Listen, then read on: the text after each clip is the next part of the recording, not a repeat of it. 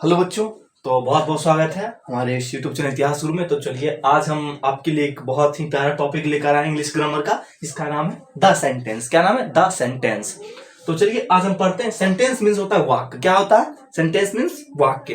तो आज हम पढ़ने वाले हैं किसके बारे में? वाक्य के बारे में, कि वाक्य क्या होता है, इसके कितने प्रकार होते हैं, इसे हम कैसे यूज करते हैं और इसे कैसे डिवाइड किया गया। तो सब इसके बारे में एकदम डिटेल तरीके से अच्छे से पढ़ेंगे। बस अब हमारे साथ कंटिन्यू रहिए। तो चलिए, तो सबसे पहले मैं बताना चाहूंगा कि वाक्य होता क्या है। वाक्य होता क्या, या सेंटेंस होता, व्हाट इज सेंटेंस। अगर आपसे पूछे कोई, आप अगर जैसे बोलिएगा कि सेंटेंस मैंने पढ़ लिया, सेंटेंस क्या होता है, तो सबसे पहले क्वेश्चन आता है कि व्हाट इज सेंटेंस। ये सेंटेंस होता क्या है, सेंटेंस क्या होता है। तो हम सबसे पहले इसी के बारे में जानेंगे कि सेंटेंस होता क्या है। तो चलिए पढ़ते हैं। सबसे पहले मैं आपको बता देना चाहता हूँ, sentence a group of word, मतलब शब्दों का समूह, शब्दों का समूह। Group of word which gives us a complete and meaningful sense. मतलब वर्ड का ऐसा ग्रुप जो हमें कंप्लीट और मीनिंगफुल सेंस देता हो। कैसा सेंस देता हो? मीनिंगफुल सेंस देता हो। तो हम क्या कहेंगे उसको? सेंटेंस कहेंगे। क्या कहेंगे? तो the group of words which gives us a complete and meaningful sense is known as sentence. इसको हम क्या कहते हैं? सेंटेंस कहते हैं। तो जैसे कि बताते हैं कि क्यों मीनिंगफुल सेंस, मतलब ग्रुप ऑफ वर्ड्स, वर्ड का तो ग्रुप होना चाहिए, जैसे वर्ड का ग्रुप ये भी है। चलिए एग्जाम्पल के थ्रू समझते हैं। 2 एग्जाम्पल मैंने लिया, उसके थ्रू हम समझते हैं कि ग्रुप ऑफ वर्ड होना चाहिए। उसके बाद कंप्लीट और मीनिंगफुल सेंस का मीनिंग क्या होता है, कि कंप्लीट और मीनिंगफुल सेंस क्या होता है, उसके बारे में पढ़ेंगे। चलिए, काउ दिस इज, ये भी एक ग्रुप है। ये भी क्या है? एक ग्रुप है।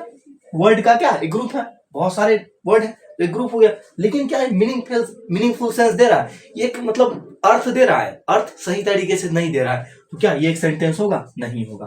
क्या होगा? नहीं होगा। लेकिन दिस इज काउ, यह एक गाय है, यह एक गाय है, तो यह क्या होगा? यह मीनिंगफुल सेंस देगा, यह मीनिंगफुल सेंस देगा, बिल्कुल देगा। तो क्या हो जाएगा? यह एक सेंटेंस हो जाएगा, और यह एक सेंटेंस नहीं होगा ऊपर वाला। जैसे the please shut door, the please shut door, ये एक ग्रुप ऑफ वर्ड्स है, बट बच्चों ये कोई मीनिंगफुल सेंस नहीं दे रहा है। लेकिन उसके अगले वर्ड में हम देखेंगे, प्लीज शट द डोर, कृपया दरवाजा बंद कर दीजिए। तो ये क्या कर रहा है? एक मीनिंगफुल सेंस दे रहा है, और ये मीनिंगफुल सेंस नहीं दे रहा।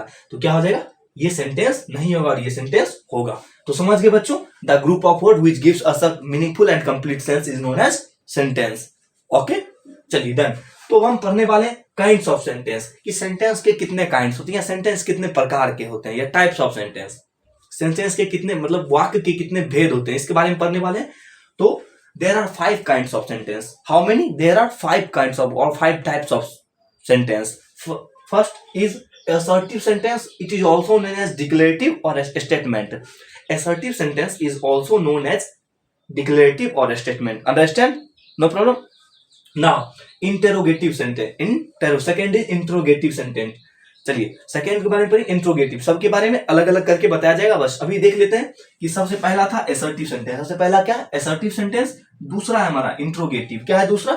Interrogative sentence. और तीसरा है इंपेरेटिव। तीसरा क्या है बच्चों? Imperative sentence. चौथा है ऑप्टेटिव। चौथा क्या है? Optative. And last, fifth and last is exclamatory sentence. Fifth and last is exclamatory sentence. Now we study detail in all the types of all the kinds of sentence. Continue with me.